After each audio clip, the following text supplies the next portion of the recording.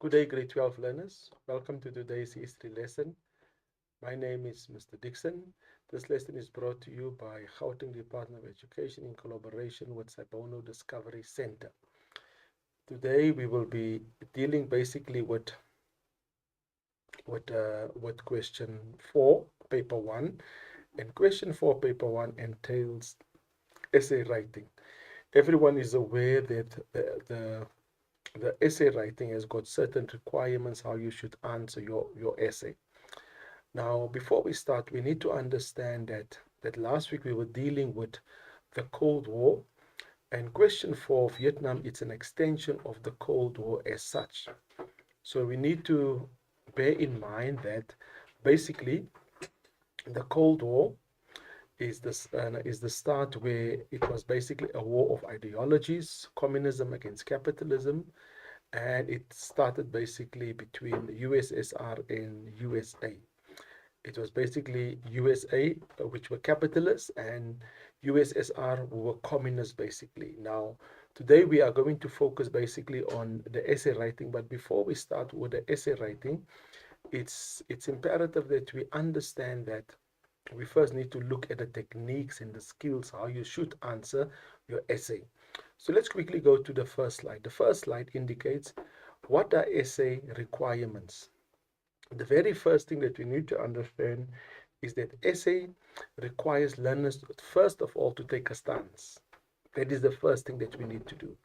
And normally we need to understand that essay writing has got an introduction, it's got a content, but before the content starts, it's got a background paragraph. Sometimes it's two background paragraphs. Then we move into the content. Then we move into the conclusion, basically. Now, take note, the content is not one paragraph, but the content is a couple of paragraphs. Now, the first point upon the slide is learners need to take a what? A stance. Now, we need to understand that in the introduction paragraph, you need to take a stance there already, and from there, you need to develop a relevant and coherent line of argument afterwards. The line of argument must be supported with relevant historical evidence that is organized and connected chronologically to the question being posed. So today's essay, we are talking about Vietnam, the extension of the Cold War. So when you have taken your stance, you need to create now and develop a line of arguments. And the line of argument needs to be supported by what? Historical evidence. And learners, it is so imperative that we understand. Historical evidence does not mean what you think transpired. It must be content that you must have received from your educator. It must be content relevant to the topic that's being discussed. At the same time, it must be connected in a chronological order, but in particular to the Vietnam essay. Chronological order is of utmost importance when it comes to the Vietnam essay. We need to know which year and what started when. So it is imperative that we understand stance, line of argument. After line of argument, historical evidence for content must be provided. It must be connected in a chronological order. Once you have that in order, now you have a clear understanding what it is. So let's look at the three ways how essay questions will be set up. The first one is, now take note, these bullets here are not in chronological order. When I say chronological order, it doesn't mean the first essay question will be critically discussed. It could be that maybe you write now in term one, you basically write critically discuss as Vietnam essay. When you come to June examination, it might be explain to what extent the prelim, it might be do you agree. So it will vary from paper to paper basically, but let's go through the first bullet, critically discuss. So when you write critically discuss, it means now that what transpires is they give you a statement at the bottom of the statement, and I'll show you later what we're talking about. At the bottom of the statement, it will be critically discuss the following. Then when you take your stance, it must be approve or disapprove. It means you need to take a stance when you write critically discuss, and it's either approve or disapprove. When you say approve, it means you agree. So you cannot write I agree. You need to say approve or disapprove. Now take note, you can't say I. Yes, I mentioned I, but you can't say I. You need to say one can approve, one can disapprove. The second bullet, it is, do you agree with the above statement? Now you say one can agree, one can disagree. Or it could be agreed upon. Take note, you do not use the word I. Why don't we use the word I? Because we are historians, and historians always take a neutral stance. When we talk about neutral stance, it means you are in the middle, you give the bad and you give the good, and then you give your overview at the end of the day pertaining to that. Then the last bullet talks about explain to what extent. So learners, here is where a bit of conundrum starts happening. Learners might be writing, as especially with do you agree? The stance that you need to take for to what extent is to a less or to a greater extent. When it comes to a greater extent, you can say to a larger extent at the same time, because it's basically similarities. It means it is similar words, it is synonyms. So we need to understand that part also. But learners confuse do you agree and explain to what extent. Sometimes learners will say, if they say explain to what extent, and then if the answer is to a less extent, and then learners would say one could disagree to a less extent. You cannot use agree and to a less or to a great extent in the same sentence. Take note, you cannot. So it's imperative that we understand, critically discuss, do you agree? Explain to what. Those are the three types of essay questions that will be posed to you during the examination process, during the SBA test, and also take note in the June exam, in the prelim exam, and the final examination. Now let's quickly go into the stance process. What is the stance? And the introduction paragraph as such also. Introduction should be clear at the end of the day. To anyone that's reading your essay, the introduction should be a clear indication. Number one, what is the direct response to the question? It's pertinent that we understand what is the direct response to the question. So you take your stance and you respond to the question being posed. Take note, the question could be critically discussed, could be do you agree, could be explain to what extent. So you need to take a stance. You have seen now what are the first wording that you need to implement when you take a stance. Second one, what is going to be discussed, content to be used. Number three, the line of argument that is going to be followed in the rest of the essay. What is the essay going to prove? So number one is the stance that you normally take. We're talking here, learners, about the introduction paragraph. So you take your stance. Remember the previous slide that basically spoke about critically discuss. One can approve, one can disapprove. Do you agree? One can agree, one can disagree. At the same time, explain to what extent, to a less, to a great, or to a larger extent at the same time. That is the first part of the sentence, basically the first sentence of the introduction paragraph. The second one, what is going to be discussed content-wise. So what do we do here, learners? We go to the content, we retrieve one or two from the content, two sentences from the content answering the question already, indicating we are going to focus upon this. But where did you find that? You found it where? In the content. So you retrieve it from the content. After retrieving it from the content, now you write it as your second sentence. Now this can be one sentence, it can be two sentences in the introduction. Then number three, the line of argument, it is going to be followed. So now you indicate, if it's critically discussed, now you indicate uh, it will be critically discussed how a small nation like Vietnam could not be defeated by the USA. So that is a clear indication what we are going to talk about when you start the content basically. So learners, it's imperative that we understand that there must be three phases in the introduction. Yes, some would say three sentences, but I would normally say four sentences because the content that you are going to use as such also.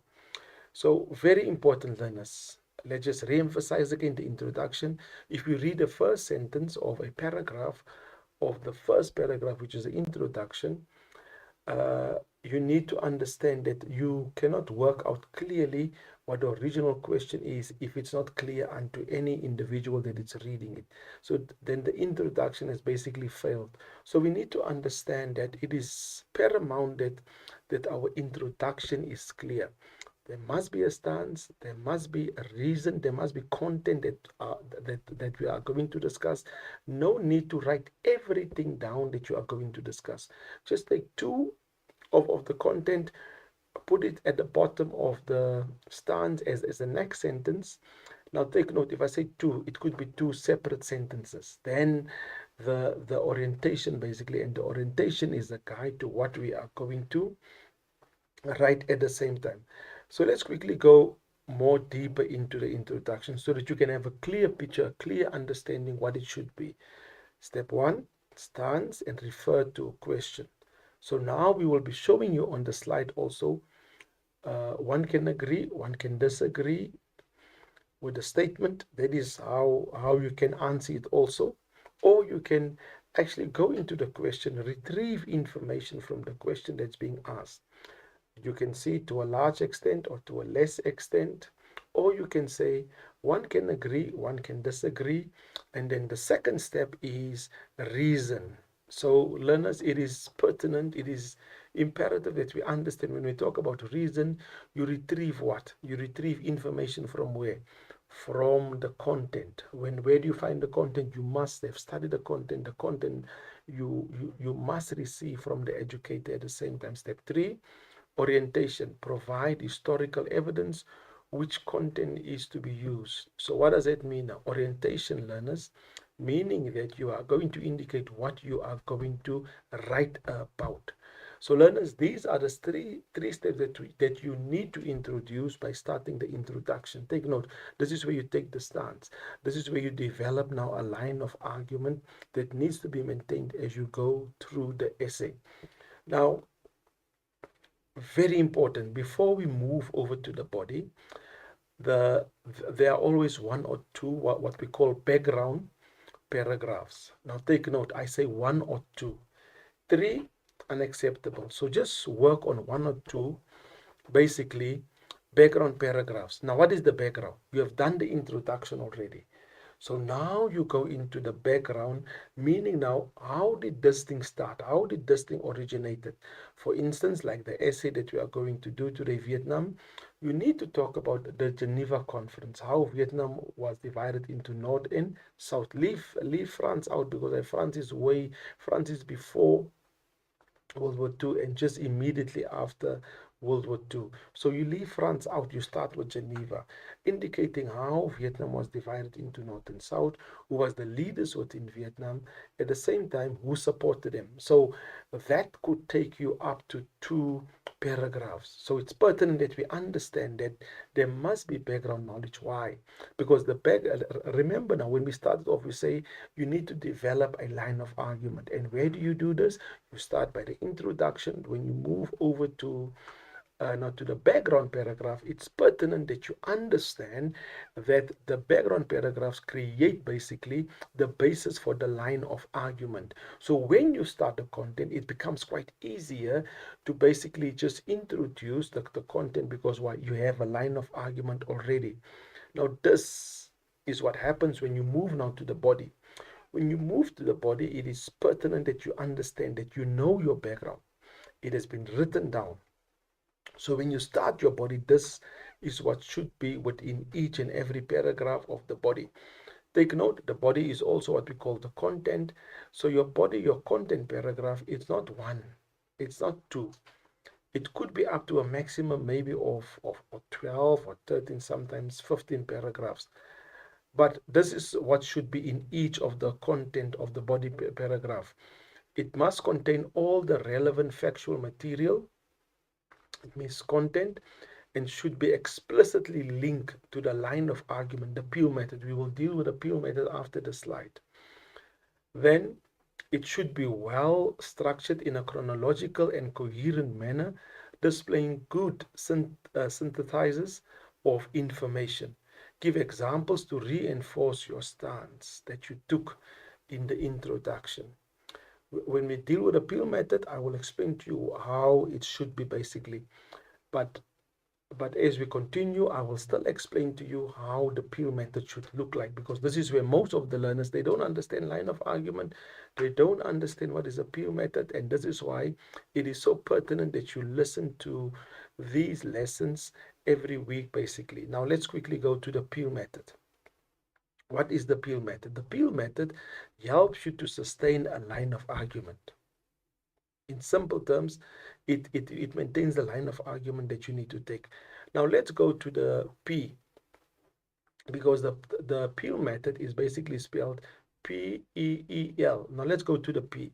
The P means the point that you are basically making. So the candidate, as the candidate introduces the essay, the candidate needs to create a line of argument. That is a point that needs to be, you make your point. For example, the point is President Kennedy died, Lyndon Johnson became the new president. So that is a point that you are making. The point that you are introducing is that Lyndon Johnson now became the new president. So now you need to continue. So each paragraph should include a point. So when you start the content, each paragraph should include a point that sustains the major point being made, the first one. Johnson became president. So now after that, you move to the next paragraph. There must be a point also. So each paragraph must have its own concept, its own idea basically. But in this particular paragraph where you indicate that Johnson became president, now you go to E, the next E. The first E is basically explanation.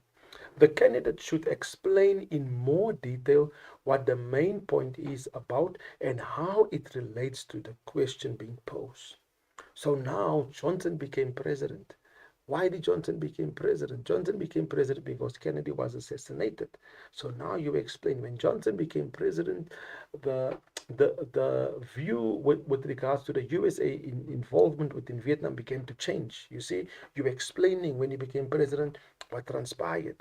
Then you move over to the last E. The last E is example. Now you need to use an example. What did he do basically?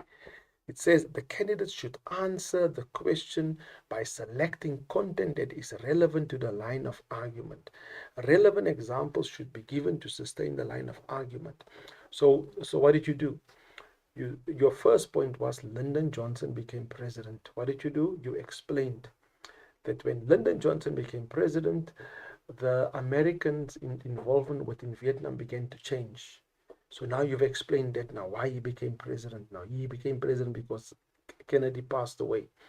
Now you need to give an example. When he became president now, he launched what we call Operation Range Hand, and he started with Operation Rolling Thunder. And after introducing Operation Rolling Thunder, he used chemical gases, Agent Orange, Napalm gas. And so now you're giving examples what transpired basically. Then after explaining that part, now you go to the linkage part. Take note, the question that was posed, that the USA could not defeat a small nation like Vietnam. Do you agree with the above statement? So now you need to link it back to the stance that was taken basically. And link means a candidate should ensure that the line of argument is sustained throughout the essay. So the linking is now you would indicate, as the bombing continued, take note now, because you spoke about Lyndon becoming president, why he became president, the view changed. He introduced Operation Range Hand with the bombing and the usage of chemical gases. And by doing that, you need to now link it back. And you need to indicate the bombing could not break off or deplete North Vietnam or the economy. So what are you doing now? You are linking it back because you indicated to a greater extent the Americans could not defeat a small country like Vietnam. So what are you doing? You're linking it back. So most of the time, what learners do is they say, for this reason, the USA could not defeat Vietnam. Now, all you do is you just link it back basically. And how do you link it back? By indicating to us the bombing could not defeat North Vietnam. It could not defeat the Vietcong. They just grew stronger and stronger. So that is a what we call now the linkage. So now we can clearly see the Peel method is your point. You explain, you give an example, and you link it back to the stance that you took in the introduction paragraph. Now let me just go through the structure again, how your essay should be like. Take note. You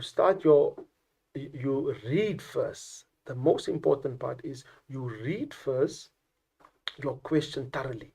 Make sure that you understand what the question is asking of you. After comprehending how you should answer this question, now you basically start with your introduction. Take note, the essay will be asked in, it could be asked in three ways. Critically discuss, one can approve, one can disapprove.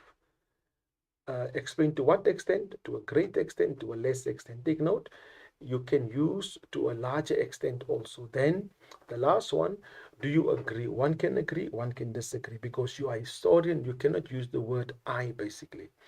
Then after your introduction has been introduced, now you take a stance. After taking a stance, now you move to the second point in the introduction, which is the reason. And the reason is being retrieved from where? From the content. So now you indicate, you can use actually Operation Rolling Thunder. After you introduce Operation Rolling Thunder, you could not deplete the economy from who? From North Vietnam, basically. Then you move into the tactics also that the Vietcong basically used to scare off the American soldiers. Then you continue. Then the last part of the introduction is the orientation. You are informing us what you are going to write about. Then after the introduction, now you move into what we call this part basically the background knowledge. So now, like I indicated, 1-2 paragraphs, it's fine. Now you lay the basis for the line of argument. So when you move into the content, it is pertinent that you understand that there must be the Peel method within each paragraph. Take note, within each paragraph. And after you introduce the Peel method, you need to understand what the Peel method is all about. It's to maintain the line of argument. Point, you declare your point, you explain the point, and you give an example, 1 or 2 examples, it's fine. You link it back. Now, learners, sometimes one point, take note, one point can actually move over to 2 paragraphs. So you need to understand that when you explain and you give one example, when you start the other example, it could maybe lead now to a next paragraph, but it's always pertinent that we keep our points in this one particular paragraph, because it makes it quite easy for you. And I've indicated to you that your body, your content is not 1, 2, 3 paragraphs. It could be up to 9, 12, sometimes 15 paragraphs pertaining what knowledge you have pertaining this particular question. Now, after the body, after you have written out the body, this is what you need to understand. After you have written the body, you must have a conclusion paragraph. It is pertinent that we understand that when we have a conclusion paragraph, we are ending off the essay. Now, you need to indicate that you are about to end the essay. Now, there are different ways how you end essays: in conclusion, in tying up, in summing up my essay. Now, after saying what I just said now, in tying up, in conclusion, in summing up my essay, now you go back to the first stance you took in the introduction. To a great extent, America could not defeat a small country like Vietnam. So what are you doing now? You're reverting back to your introduction, and you're using the same stance that you took there, but you're ending it off now. The same reason that you utilize in the introduction is what you are going to utilize now in the conclusion, and you end it off properly basically. So what am I saying, learners? Yes, the conclusion introduction is the same, but you indicate you are starting, you are indicating you are concluding the conclusion. Before we come to the end of this lesson, I will show you an example how it ought to be, how you should answer this particular question. Now, let's quickly go into the topic as such. Basically, let's quickly go through the examination bullets. And the examination bullets is basically the overview, what we should know in this particular. So I'll give an overview, and after giving an overview, I will move into the content of this particular essay as such. Let's go to the first bullet. In 1957 until 1965, there was a struggle in Vietnam between South Vietnamese army and the communist-trained rebels, also known as the Vietcong. Now take note, the South Vietnamese army was called ARVN, and the Vietcong, they were basically peasants within Vietnam, and they were classified basically as a rebel group. In South Africa, let me just bring it home quickly. In South Africa, in the starting from the 1960s onwards, the ANC, the PAC, they were classified basically as rebel groups against the apartheid government. So in Vietnam, from 1957 to 1965, the Vietcong came and they presented themselves as a rebel group, but they received support from where? From North Vietnam, which was a communist country, and from the other communist countries like China and the Soviet Union as such. The second bullet from 1965 to 1969. So now we can clearly see the first bullet talks about the background of Vietnam as such. 1965 to 1969, North Vietnamese and the US struggle now include the nature of the Vietnamese war against the USA. So it is pertinent that we understand, learners, that this war actually was basically an extension of the Cold War to prevent communism to spread within Southeast Asia as such. So we need to understand that how did America got involved? It was because of the ideologies, communism against capitalism, to prevent communism to spread in Asia as such and across the world also. But it is simple. The struggle between North Vietnam and the USA started when one of the US military boats, it was torpedoed by a North Vietnamese vessel. And by doing that, that's how the Americans basically got involved. They were a bit adamant before they got involved because Kennedy and Eisenhower, they provided what we call military advisors to the South Vietnamese government and the army as such. Then the third bullet, the war from a Vietnamese and the USA perspective. So we need to now move into how did the Vietnamese people view this war, and how did the American population view this war within Vietnam as such, and the soldiers at the same time. Then dot number 4, the war as a global issue, how it impacted the world.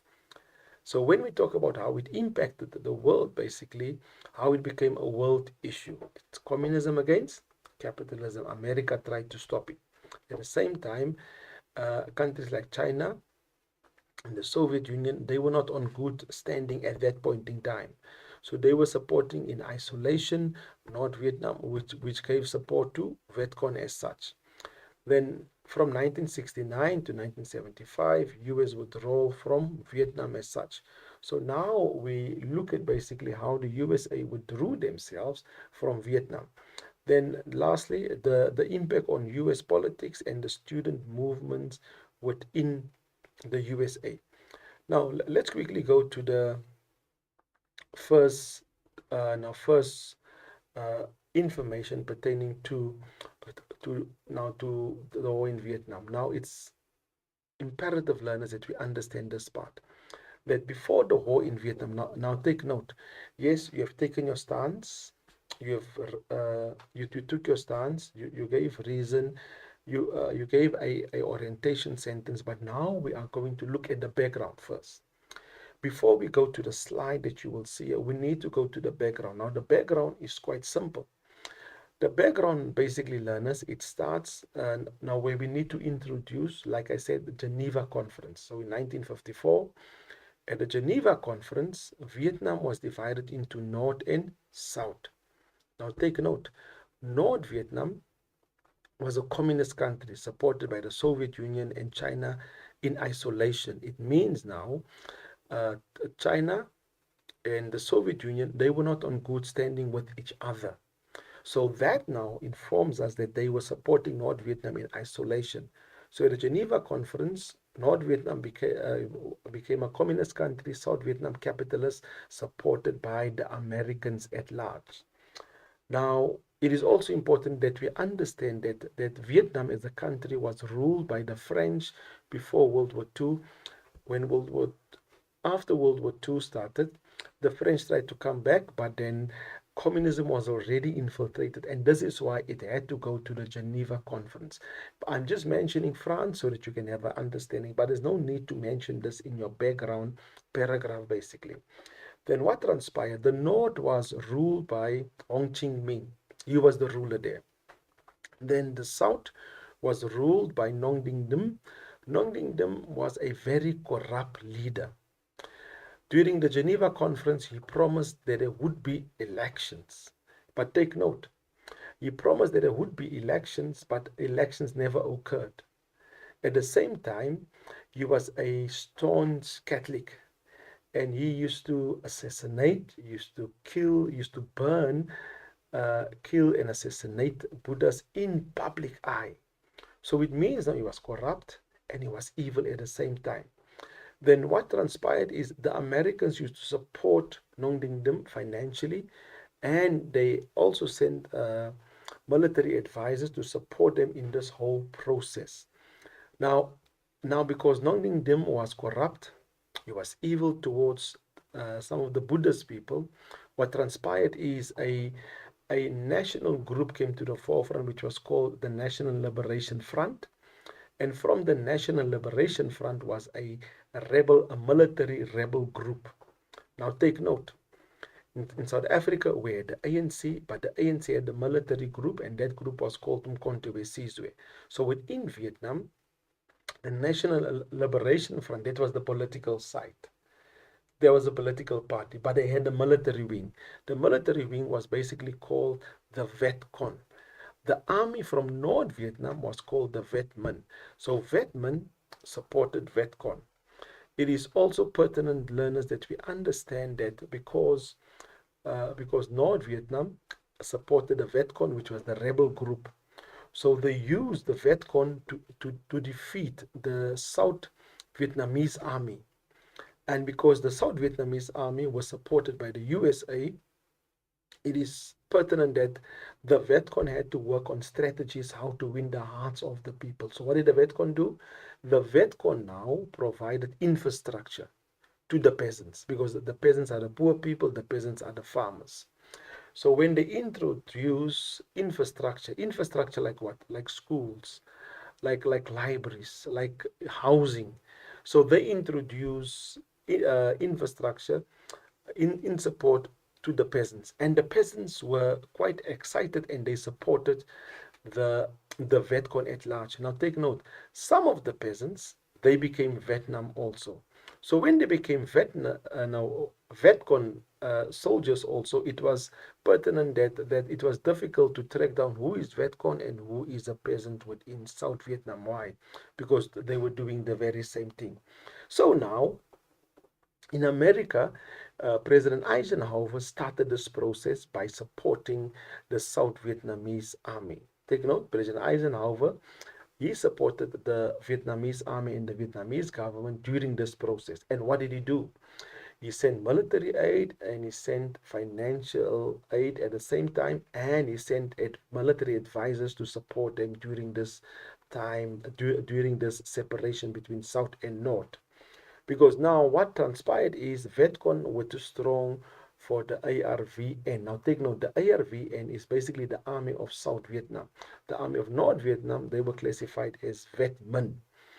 Now learners, what transpired here is that the Americans were scared of the domino effect. Take note about that. The Americans were scared of the domino effect. That means now that the domino effect clearly means now if Vietnam becomes a communist country, it will spread over to Laos, to Cambodia, the surrounding Southeast Asian countries, and the Americans had to stop that. And this is why they basically became involved in that whole process. Now, John F. Kennedy, after Eisenhower, became the new president. So when John F. Kennedy became the president, what transpired is he continued where Eisenhower left off. he still continued to send financial aid. He still continued to send military aid. He still continued to send military advisors at the same time, just to beef up that whole process, just to protect and just to train the ARVN. But what Kennedy did is he created what we call a safety village policy. Now, the safety village policy was basically to isolate the peasants from the Vietcong. But that was quite difficult. Why was it difficult? It was difficult in the sense that you could not distinguish who the Vietcong was, who the peasant. Now take note, the Vietcong is basically a rebel group from the National Liberation Front within South Vietnam. And at the same time, the Vietcong was basically the peasants at the same time also. So it was difficult to isolate the peasants from the Vietcong. Now the question is, was the safety policy, was it a success or not? That was introduced by Kennedy. No, it was not a success. And because it was not a success at that point in time, what happened is the safety village policy was a failure. And because the safety village was a failure, it clearly indicates that the American had to use different strategies now. Now, learners, let's quickly go for a break, and when we come back, I will continue with the essay at large.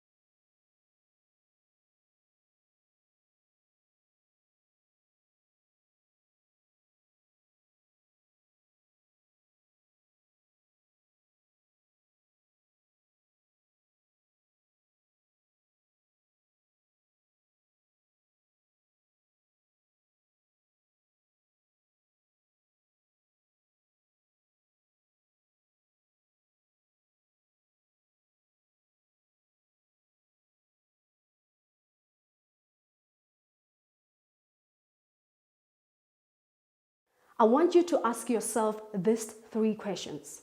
Number 1, what do I want? Do I want to become an A student, or do I want to become an average student? Number 2, I want you to ask yourself, how do you plan on getting there? Are you going to put more extra hours, or are you going to just sleep?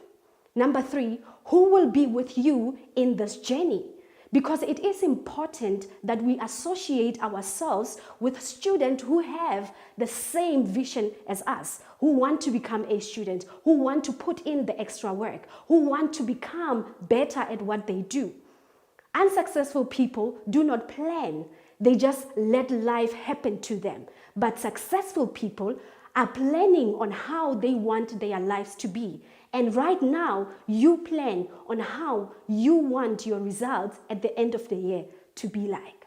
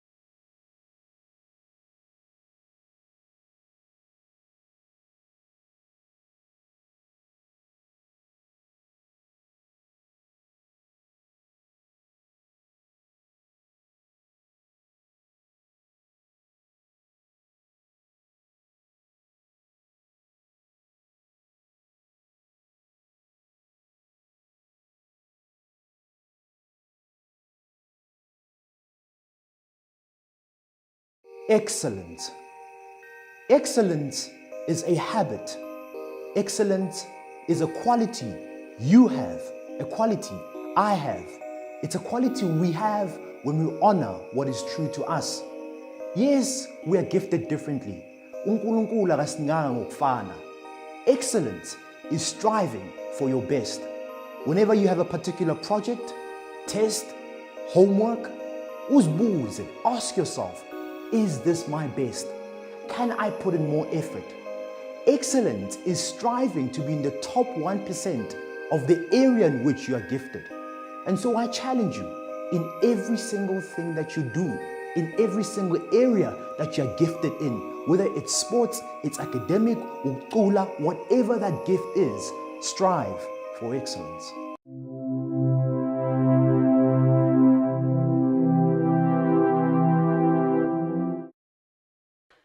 Good day, grade 12 learners. Welcome to today's history lesson. My name is Mr. Dixon. This lesson is brought to you by the Gauteng Department of Education in collaboration with Saibono Discovery Center. It is important, learners, that we understand that we are dealing with paper 1, the essay part of the extension of the Cold War, which will be your question 4 during the June examination, the preliminary examination, and the final examination as such. Before we had a break, we were talking about the skills, how you should answer a paragraph question. We spoke basically about the introduction that is supposed to have 3 phases: the stance, the reason, and your orientation sentence basically. Then we spoke about the background knowledge, and after the background knowledge, and we spoke about the content, which is the body also. So you need to understand that your body is not 1 paragraph or 2 paragraphs. It could be up to 7, 8, 9, sometimes 15 paragraphs.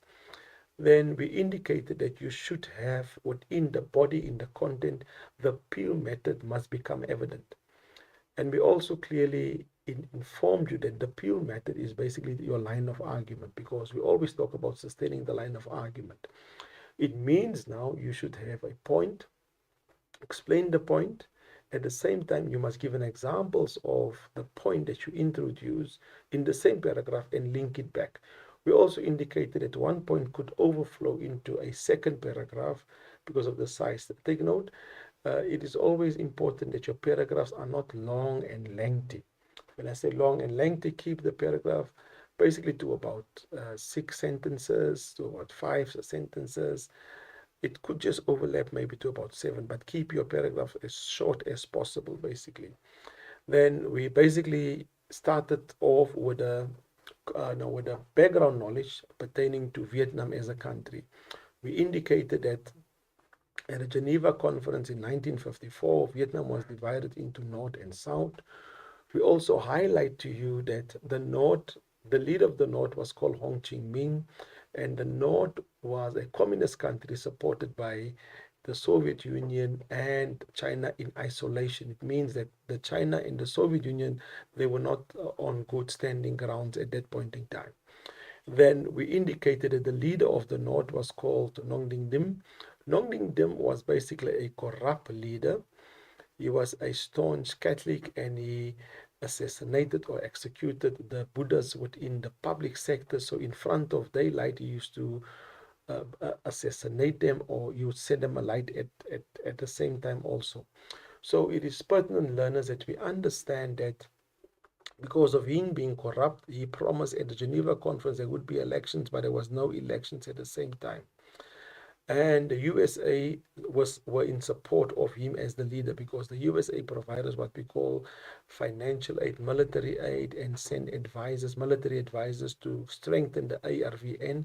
Now the ARVN, learners, it was basically the army of the South Vietnamese government basically. Then there was a National Liberation Front movement, which was basically a political organization within South Vietnam. Like I indicated, it was similar to the ANC within South Africa, and there was a rebel group at the same time, and this rebel group was basically called VETCON. So the VETCON within itself was supported by the Vietmen. Now, who was the Vietmen? The Vietmen at this point in time They were basically the army from North Vietnam. So they were in support of South Vietnam becoming a communist country at large. Then we also indicated that Eisenhower started the process of stopping the domino effect in Southeast Asia. And because Eisenhower started this process by providing military, financial, and military advisors to stop the spread of communism within Vietnam. At the same time, John F. Kennedy, within himself, continued by supporting them military and financially, and he created what we call the safety village policy, which was a failure. Why was the failure? Because the Vetcon, they were the peasants at the same time. So it was difficult to distinguish who's Vetcon, who is peasants. And for that reason, it was not a success, it was a major failure. Then, now we need to move into the whole perspective. Now we're moving into more content. I introduced the content by speaking about Kennedy, the safety village policy, but now we are going to move into more detail pertaining to the war within Vietnam. After Kennedy was assassinated in 1963, Lyndon Johnson became now the new president within the USA. Soon, the viewpoint of the USA's involvement within Vietnam changed. Why did it change? Because Lyndon Johnson believed this one fact. He believed that the more troops we send to Vietnam, the easier the war will become. It means now that the Vietcong are much less, take note, are much less than American soldiers. So by 1967, there was more than 500,000 already American troops within uh, South Vietnam to fight against the Vietcong and the Vietmen at the same time also. But now the question is, Congress were against the war within Vietnam. Congress did not want to get involved in this. Now the question is, who's Congress? In America, we call the Parliament Congress. In South Africa, we call it Parliament. But in America, they call it Congress. So we need to understand the difference. Congress, when they talk about Congress, they're talking about the American Parliament. So there was division within the American Parliament if they must get involved or not. So in August 1964, a U.S. military ship was attacked in the Gulf of Tonkin. Take note, there was not only one military ship, but there was a fleet of ships that was just stationed within the Gulf of Tonkin. And one of them, it was torpedoed, assumed to be torpedoed by a North Vietnamese ship, basically. And because of that, Congress now granted Johnson his request. His request was, let's send more troops. And because of the Gulf of Tonkin incident, Congress now passed what we call the Gulf of Tonkin Resolution. Take note about this now.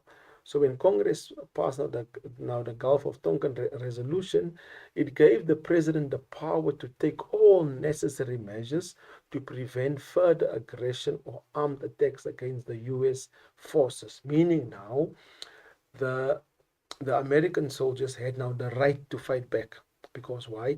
They were not seen as the aggressors. So what transpired is that the Gulf of Tonkin now sparked the involvement of the USA physically within the war within South Vietnam. Now we need to understand now that the Vietcong were the rebels fighting against ARVN.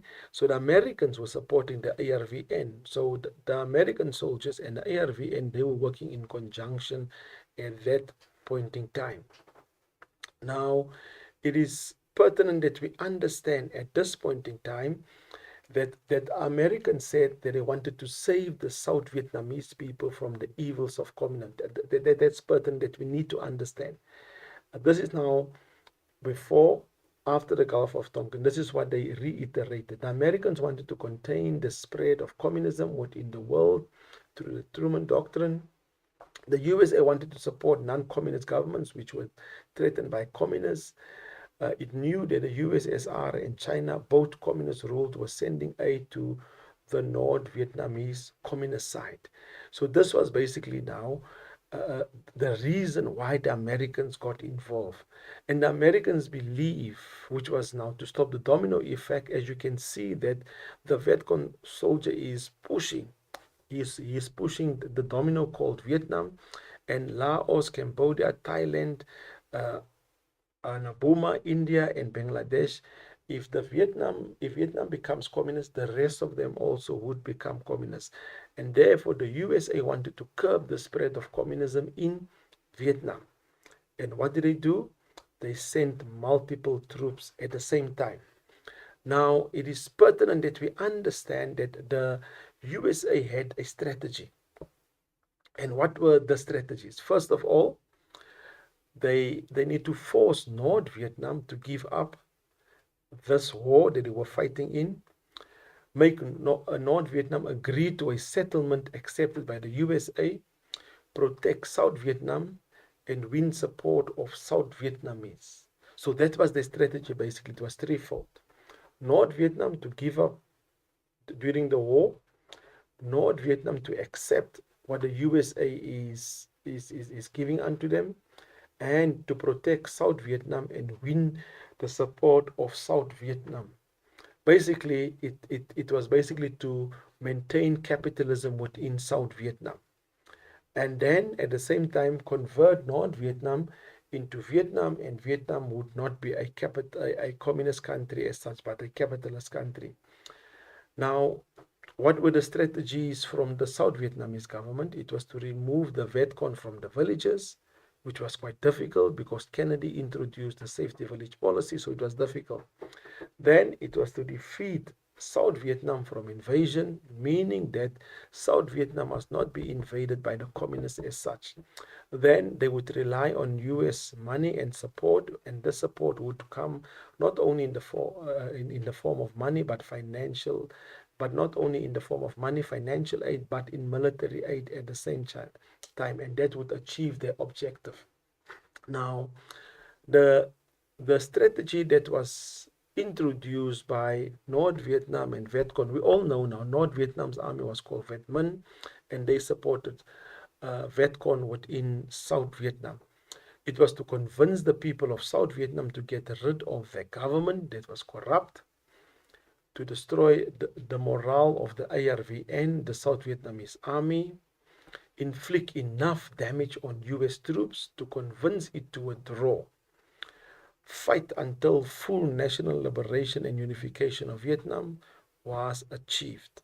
So that was basically the strategies that was now from the three sides. Take note, from the US side, South Vietnamese government, and North Vietnam, and Vietcong basically. So that was the strategies to ensure that all three parts are satisfied within as such. Now take note, the North Vietnamese and the Vietcong wanted South Vietnam to become a communist country. So what did the USA do? When Lyndon Johnson received the Tonkin Resolution, he began to populate South Vietnam by sending troops into South Vietnam. And by him doing that, he introduced what we would call basically Operation Range Hand. Now, Operation Range Hand was basically introduced. He first started off by introducing under Operation Range Hand, Operation Rolling Thunder. Now, Operation Rolling Thunder was basically introduced to cut off the Ho Chi Minh Trail. What transpired here, learners, is that Cambodia and Laos were the neighbors of Vietnam. Take note what I'm saying. They were the neighbors of Vietnam. So now I'm including North Vietnam, South Vietnam. So what did Ho Chi Minh do, the leader of North Vietnam? He created a trail. And this trail was on land, and it was tunnels underground at the same time also. So Operation Rolling Thunder was to cut off the supply line of the Ho Chi Minh Trail coming through Cambodia into South Vietnam, basically coming through Cambodia and Laos into South Vietnam. Now it's pertinent that we understand that this Ho Chi Minh Trail had different tunnels. It means now there was a tunnel, there were tunnels going into the southern tip of South Vietnam, into the middle part of South Vietnam, and into the bottom part of South Vietnam. And Operation Thunder was not successful. Because why?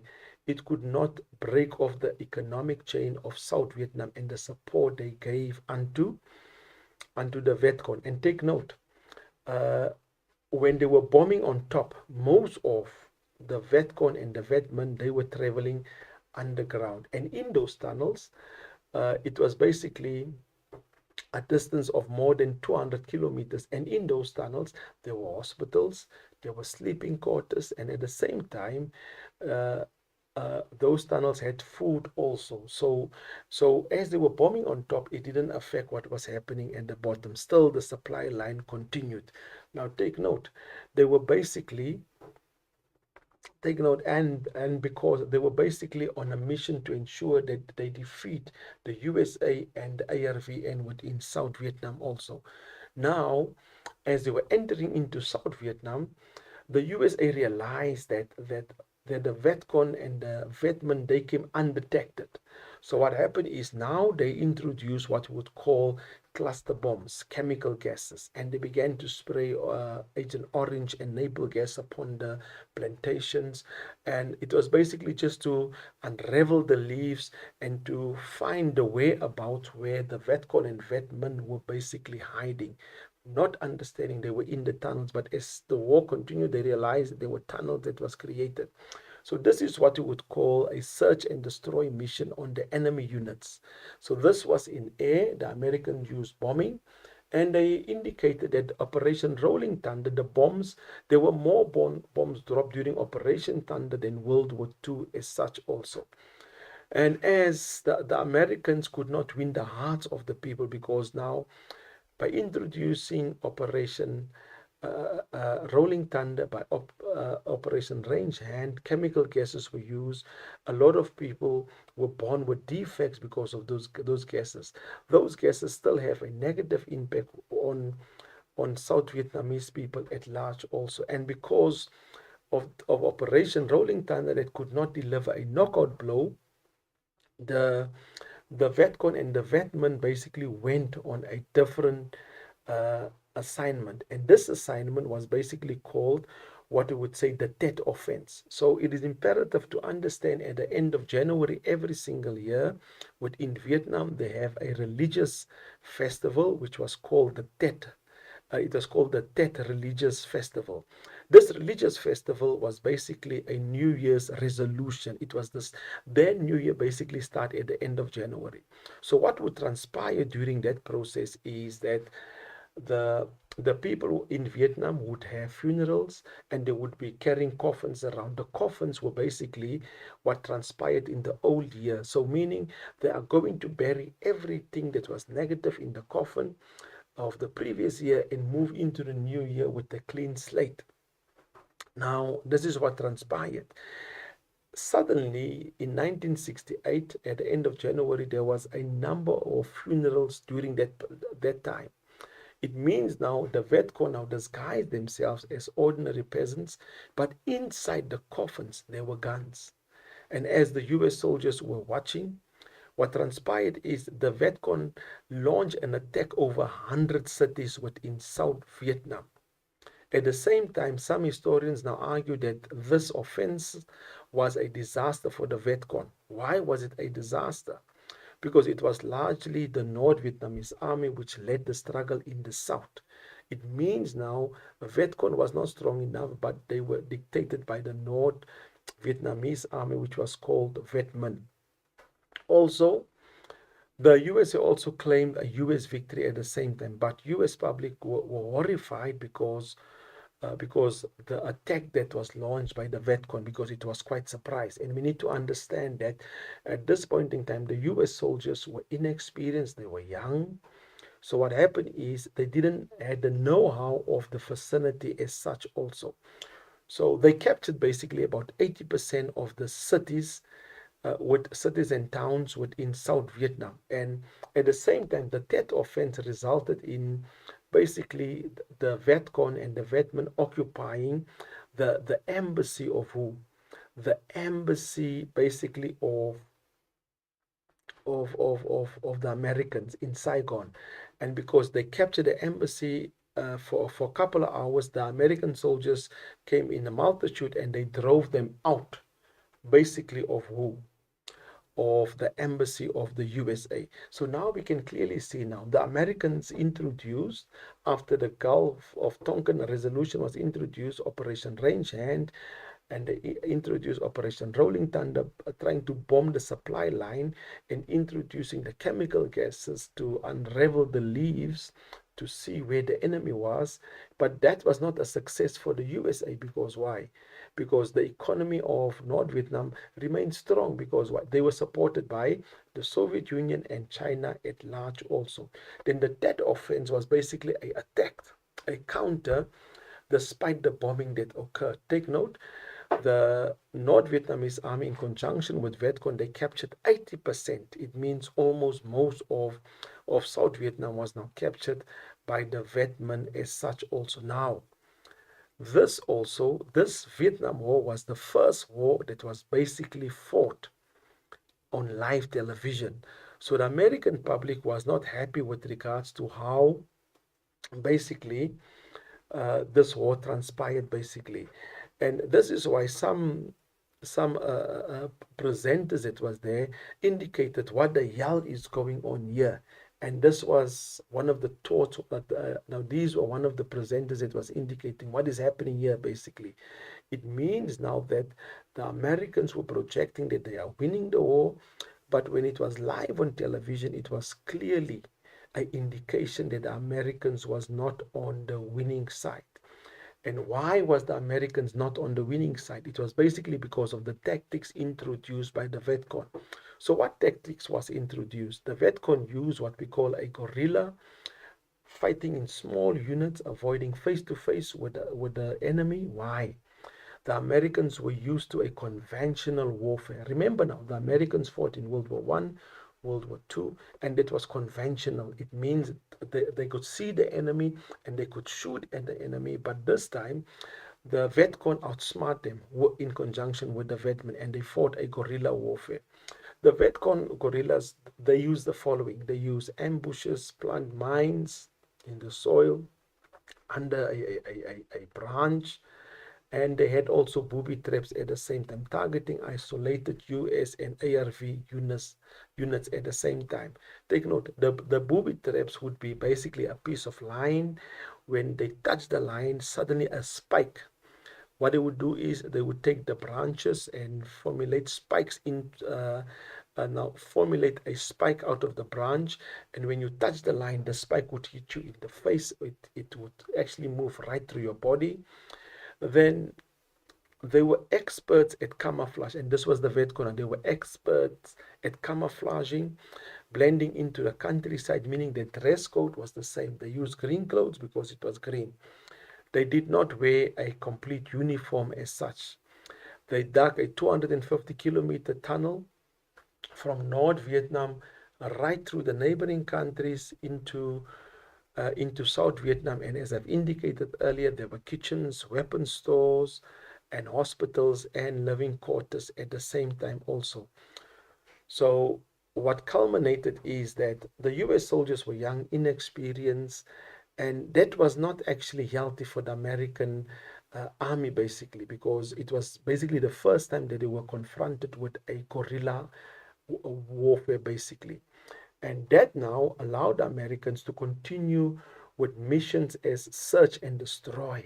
It means now, as the chemical gases will spray over the forestry, it will unravel the leaf. The Americans would see the movement of the Vietcong as such with the Vietmen, and they went on a mission because now they realized the Vietcong is the peasants, and they could not distinguish who are peasants, who is Vietcong basically. And they move into the search and destroy, and they went into one village, and this village was basically called the My Lai. And this is why you can see on the chart it says what was happening at the My Lai incident. So on 16 March 1968, 9 helicopter gunships landed 3 US platoons near the village of My Lai. The US troops were on a search and destroy mission, and My Lai was believed to be a Vietcong stronghold. Over a 2-hour period, the Americans killed hundreds of women and children, probably more than 300, but maybe more, as I've indicated. The truth about the massacre did not come out for 18 months. It means who was responsible for killing more than 300 people, women and children. What transpired is Lieutenant Colley was convicted of the crimes. He received life imprisonment, but he only did 3 years of the life sentence. Now, once again, it was live on television, and the American public was disgusted what they have seen, that how innocent women and children were killed during this whole process. And you can even see on the picture, this is a picture that was taken, and you can look at the brutality of the American troops, how women are screaming, how children are hiding their faces, and we can see the burning at the back, how they were burning the village of My Lai, and the people were basically frantic, and this was just to get back at them. Then it is pertinent that we understand that the pictures that was displayed to you right now, it shows the massacre that transpired around the world basically.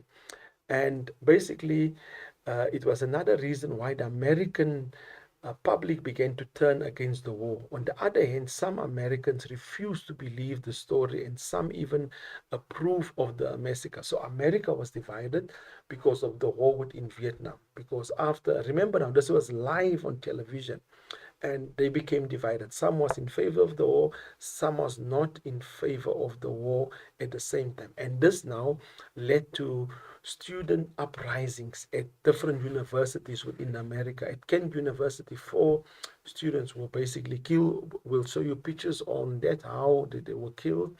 But they, and also at the same time, the Black Panther also indicated that America must stop the war at the same time.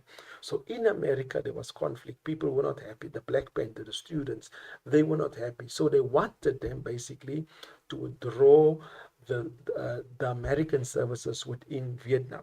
So what happened is now Johnson was heavily under pressure. So in 1968, Johnson decided to open peace talks following the Tet Offense. However, he then stood down as president as he started this process of peace.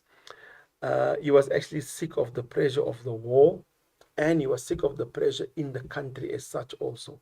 Then Nixon became the next president after Johnson, and Nixon now introduced a policy that was called Vietnamization. What is Vietnamization? This meant the American troops would now leave Vietnam strategically, and at the same time, some would remain behind and train the South Vietnamese troops, which was called the ARVN. And now the ARVN would now be able to fight off the Vietminh and the Vietcong as such. The US would still help them by giving them arms and money and advice, but this was not good advice received from the leader at that point in time. At the same time, Nixon continued peace talks as well as continuing the bombing of North Vietnam and the neighboring countries like Cambodia and Laos as such. Why? It was to stop basically the domino effect as such. Nixon now ordered the invasion after continuing bombing of Laos and Cambodia. Nixon now ordered the invasion of Cambodia in 1970, then Laos in 1971. The aim was to disrupt the Ho Chi Minh Trail and to destroy Vietcong bases in these countries. The ARVN failed in their attempts, and this seemed to prove that they could not cope without the US soldiers. It means that they became weak without the US soldiers. The invasions also led to more protests against the war back in the USA. It seems as if Nixon was escalating the war, not trying to bring along peace. Like I've indicated, 4 American students were killed as police was shooting through the crowd at Kent University. Now, this made the American public highly upset because of the 4 students that was killed. And we need to understand now, eventually in October 1974, a peace agreement was reached. Take note, it was not signed, but the peace agreement was reached. A ceasefire occurred basically. The South Vietnamese president was furious because he believed the peace agreement would leave his country at the mercy of North Vietnam. A few months after October in 1973, the last American troops left North Vietnam, leaving the ARVN to fight the communists on their own, basically. So basically, the pressure from the American public and Congress that denied to fund the war within Vietnam as such also left a bitter taste in the South Vietnamese leaders. So the USA promised to keep providing aid to South Vietnam, but started to decrease because of Congress did not want to fund this war anymore. The leader of the South Vietnam became extremely angry towards the Americans. So North Vietnam then invaded South Vietnam, and by July 1976, Vietnam became a unified communist country ruled by communists as such. Now, it is pertinent that we understand what was the impact of the war on Vietnam as a country. Many villages and communities were destroyed during the fighting. Civilians suffered brutal treatment, including torture, rape, and murder. About 2 million Vietnamese are thought to have died during this conflict. The war left hundreds of thousands of people, of children, orphans, and wounded civilians and soldiers were to be cared for after the war. Now, after the war, it is pertinent that a plantation was also destroyed because of the chemical gases that were sprayed over Vietnam as such. Then the economic effects of the war on Vietnam were devastating. Like I've indicated, fields, animals, crops, forests were destroyed, making a country that was poorer even. The environment was badly damaged. Litter, it crushed planes because planes were everywhere as they were missiled out of the air. Vehicles and guns and landscape pitted with unexploded bombs, meaning that as they were planting mines, it was unexploded. So it means now it became dangerous for any individual walking through the forest, because if they would step on a landmine, they would explode at the same time also. Then you can clearly see now the video how the students are protesting against the war within America. Now this was now the impact of the war in America. Students wanted this war basically to end. So now some say these students, they were communists, but it was basically because their brothers and sisters were killed. So in 1969, the Nixon doctrine stated that the USA would help those who helped themselves. It means Vietnamization phase began. So Vietnamization was basically those who helped themselves would be successful. So 27 January 1973, ceasefire agree and the withdrawal of the US troops from Vietnam basically.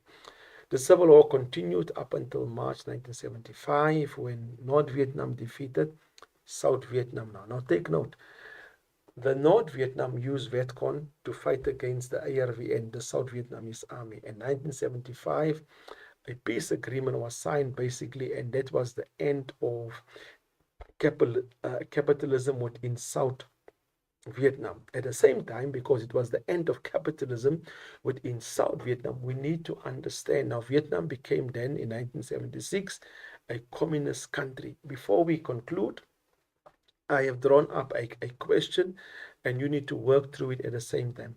All the military might of a superpower could not defeat a small nation of peasants. Do you agree with the above statement? Use relevant examples to support your line of argument.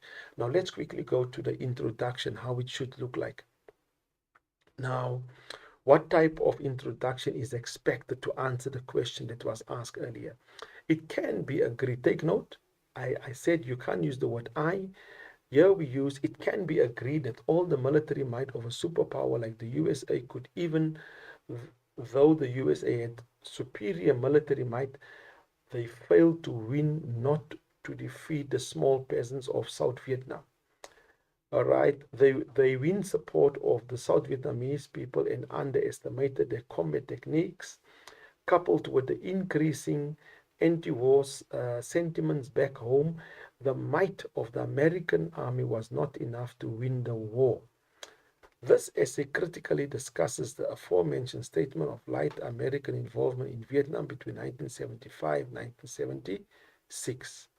Now let's look quickly at, I retrieved a content, a part of the body, and I'm showing you the Peel method, how to maintain the line of argument. Now let's go to the first bullet. The first bullet talks about the point. On 16 March 1968, 9 helicopter gunships landed 3 U.S. platoons near the village of My Lai. The U.S. troops were on a search and destroy mission and My Lai was believed to be a Vietcong stronghold. Now I need to explain my point now. Over 2 hour periods, American American soldiers killed hundreds of women, innocent women and children, probably more than 300 people. The truth about the massacre did not come out for 18 months. Only Lieutenant Coley was convicted of war crimes. He only served 3 years of his life sentence. Now, let's look at examples now. Pictures of the massacre was shown around the world. Take note, those are the examples that the pictures were shown around the world, basically. And people were in awe of it. It was another reason why Americans began to turn against the war. On the other hand, some Americans refused to believe the story, and some even approved the massacre. Now look how it's been linked back to the introduction. This is one of the reasons why the US could not defeat the Vietcong. Now, I'm not going to write this all along. This is one of the reasons why the USA could not defeat. No. I would use other phrases to link it back to the content. Now, let's go to the conclusion quickly. In conclusion to the above essay, the military might of a superpower like the USA could not defeat a small country like Vietnam. Even though the USA had superior military might, they failed to win a small country over like Vietnam. The Vietcong had support from the Vietnamese people and underestimated their combat techniques, coupled with increasing anti-war sentiments back home. The might of the American army was not enough to win the war. This explains why it was impossible for them to defeat the Vietcong at the same time. Now, learners, today we went through Vietnam as an essay. I explained, I gave examples how the Peel method should be implemented. I spoke about the introduction, spoke about the background knowledge, I spoke about the content, I spoke about the conclusion. So what you need to do is just look again through this video and use this video as a foundation for you to complete your essay within Vietnam. Well, thank you for watching this lesson. See you next time. Bye.